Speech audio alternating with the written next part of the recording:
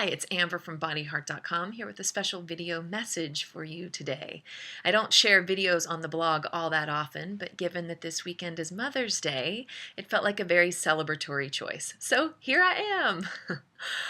This video is about honoring not only the mother in your life and the mother in my life, as you see from the photos that I share, but also the mother within us, which is truly the focus of this video today, right? We all have the capacity to nurture and love and take care of our own selves the way that a mother, our mother, may have done with us, right? We have the opportunity to really explore what kind of a mother we want to be to ourselves.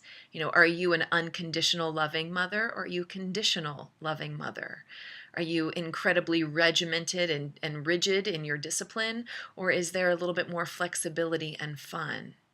It's a really powerful question and something to really explore. You know, I'm a big fan of, when I work with my clients, I often share this idea of going back through our past and reparenting ourselves. It's like mothering all the different ages and all the different circumstances you've lived through in your life. You know, no matter how incredible your mother and father were or are, inevitably you're going to have upset in life around them. That's just the nature of the parental dynamic.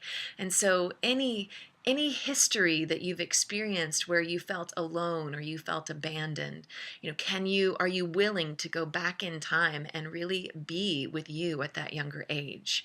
You know, an example, I was working with a client once who had a real, she was around the age of 18, she was set to go into modeling. And that's what she thought her path would be. It was based a lot in her appearance. And around the age of 18, her body really started to change.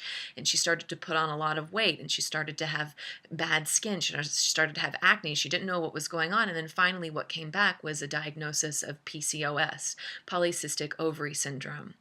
And that really caused her life to go into a different direction. By the time we started working together, she was a little older, and when I asked her about that, like that 18-year-old self, that when those symptoms started to occur, did she feel alone? Did she feel supported? And she was like, I felt alone. I didn't feel supported. And I was like, this is an opportunity then for you to go back and mother that 18-year-old self, that 18-year-old part of you that was hurting, that didn't know what to do, and you know, you get to be there with her. The same experience happened for me, actually. I have a photo of myself, which I actually share below this video. I posted a blog about this last year. But my prom, my junior year prom, it was like I harbored so much shame around what I looked like at that time in my life. I mean, you'll see, I had terrible style, whatever, but I had acne, and I was heavier then, and I was wearing a dress that I was like too short, and hair that was big and poofy, and you know, all of this stuff. And into my adult life, I was harboring, like I was holding this shameful memory, like I can't share that girl with the world because she's so ugly, right? Like I was judging myself that way. And that judgment continued to play out in other ways in my life, with others, with myself, all of the above. And it wasn't until I took the time to go back and start just being there with her, asking her what she needed. I mean, this sounds like a very woo-woo video, but I'm telling you, there's a lot of freedom available. Anytime that we push something, we push our past away. I don't want to accept that about myself. I don't want to accept that about my body. We put a stop sign hand up. Anytime we do that, we ultimately turn away from it. We reject it. And so then we walk around with a big missing piece in our life, right? The opportunity is to turn that hand around, right? From stop to an invitation, to a welcome.